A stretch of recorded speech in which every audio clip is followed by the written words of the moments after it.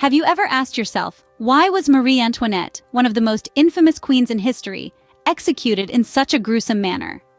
Today, we're going to take you back to the late 18th century, to the heart of the French Revolution, where the fate of this notorious queen was sealed. Marie Antoinette, born an Austrian princess, was thrust into the limelight of French monarchy when she married the future King Louis XVI at the tender age of 14. She found herself navigating the intricate and often treacherous waters of the French court, a world away from her homeland of Austria. Her reign, characterized by opulence and extravagance, was a stark contrast to the poverty and discontent brewing in the streets of France.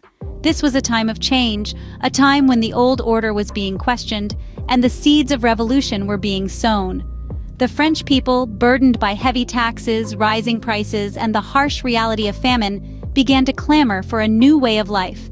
The monarchy, with Marie Antoinette as its extravagant figurehead, became a symbol of the inequality and injustice that sparked the French Revolution.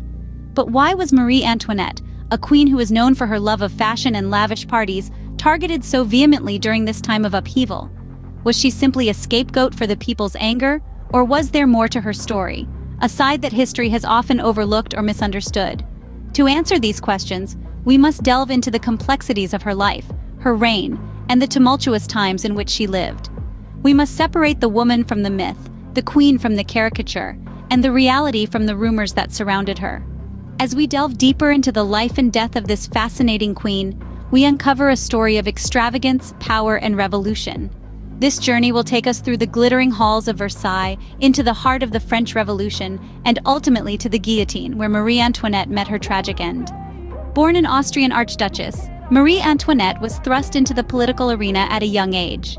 The 15th child of Empress Maria Theresa of Austria, she was a pawn in the game of European politics, married off to the French Dauphin Louis Auguste at the tender age of 14. Arriving in France, the young Marie Antoinette was greeted with grand festivities, the likes of which were a mere glimpse into the life of extravagance she was about to step into. 4 years into their marriage, Louis Auguste ascended to the throne as Louis XVI, making Marie Antoinette the Queen of France at just 18. Her reign, however, was anything but ordinary. Known for her beauty and vivacious spirit, Marie Antoinette was a trendsetter of her time. She indulged in expensive fashion, threw lavish parties, and even had a miniature village built on the grounds of Versailles, where she could escape the pressures of court life. Yet her extravagance was not without consequence. As the queen reveled in her opulence, the French nation was on the brink of financial ruin. Bread shortages and skyrocketing prices led to widespread starvation among the lower classes.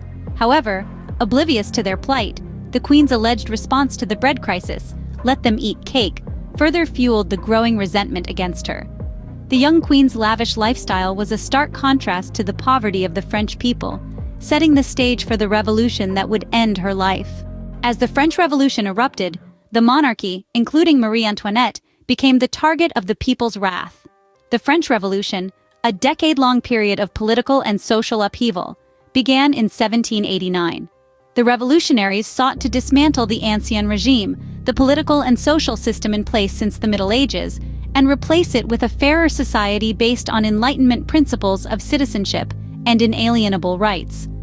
Marie Antoinette and her husband, King Louis XVI, were seen as symbols of the decadence and corruption plaguing the Ancien regime. Bad harvests, rising food prices, and an unfair tax system had left the French people hungry and disillusioned. The opulence of the court, with Antoinette often at its center, was a stark contrast to the hardship endured by most of the populace. As the revolution progressed, public opinion turned drastically against the monarchy. The royal family attempted to flee France in 1791, but were caught and returned to Paris. This event, known as the Flight to Varennes, further eroded the monarchy's standing and led many to view them as traitors. In August of 1792, the monarchy was officially abolished and Louis was arrested. Marie Antoinette was arrested shortly afterward. She was separated from her children and placed in the Conciergerie, a former royal palace turned prison. Charges were brought against her, including high treason and depletion of the national treasury. The trial was more of a public spectacle than a fair judicial process. The outcome seemed predetermined. The people wanted to see the former queen pay for the perceived crimes of the monarchy. Marie Antoinette, once the Queen of France, found herself imprisoned and facing trial. The stage was set for the final act of a life that had swung from the heights of luxury to the depths of despair. In October 1793, Marie Antoinette was put on trial, accused of high treason and sexual promiscuity. These were grave charges that reflected the revolutionary fervor gripping France at the time. The Queen, once adored for her charm and elegance, was now painted as a villainous figure, a symbol of the monarchy's perceived excesses and disregard for the common people. The trial was a spectacle, meant to fan the flames of revolution and justify the radical changes sweeping across France. The charges against Antoinette were numerous, but the most damning was the accusation of high treason. It was alleged that she had conspired with foreign powers against France, a claim largely based on her Austrian origins and her correspondence with her brother, the Holy Roman Emperor. In addition to high treason, Antoinette was also accused of sexual promiscuity, a scandalous charge meant to tarnish her reputation and further alienate her from the public. These allegations were part of a campaign to depict her as a morally corrupt figure, a stark contrast to the virtuous image of the revolutionaries. Despite the severity of the charges and the intense public scrutiny, Antoinette conducted herself with dignity throughout the trial. However, the outcome was a foregone conclusion. The Revolutionary Tribunal, biased against the monarchy, found her guilty on all counts. And so, on a chilly morning in October, Marie Antoinette was led to the guillotine.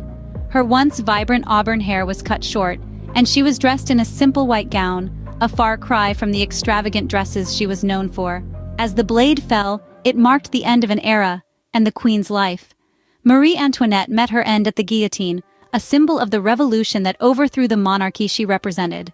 Her execution was a chilling reminder of the power of the people and the lengths they were willing to go to upend the established order.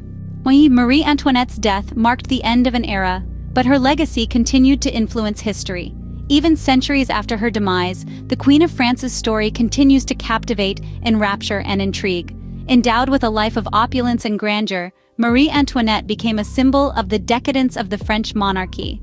Her extravagant lifestyle and aloofness to the suffering of the French people painted her as the embodiment of royal excess.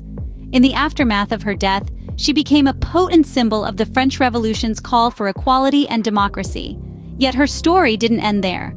Marie Antoinette's life and death have permeated our culture, making her an enduring figure in literature, art, and film. Her tale has been told and retold, each time casting her in a different light. From Stefan Zweig's empathetic biography to Sofia Coppola's film that depicted her as a misunderstood teenager, Marie Antoinette's narrative continues to evolve. Her legacy also lives on in the world of fashion. Known for her extravagant style and love for finery, Antoinette was a trendsetter in her time. Her elaborate gowns, towering hairstyles, and opulent jewelry continue to inspire designers today. Even her personal belongings, like her diamond-studded bracelets, still fetch millions at auctions, a testament to her lasting influence in the world of luxury. In a broader sense, Marie Antoinette's story continues to serve as a cautionary tale about the perils of indifference and the disconnect between the rulers and the ruled.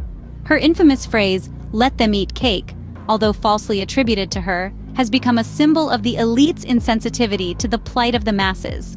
Marie Antoinette, a queen who lived and died amidst controversy, remains a fascinating figure in history. Her life, fraught with opulence, tragedy, and revolution, continues to captivate us, offering a glimpse into a turbulent time in French history. Thank you for joining us on this journey into her life and death. Don't forget to subscribe for more intriguing historical videos.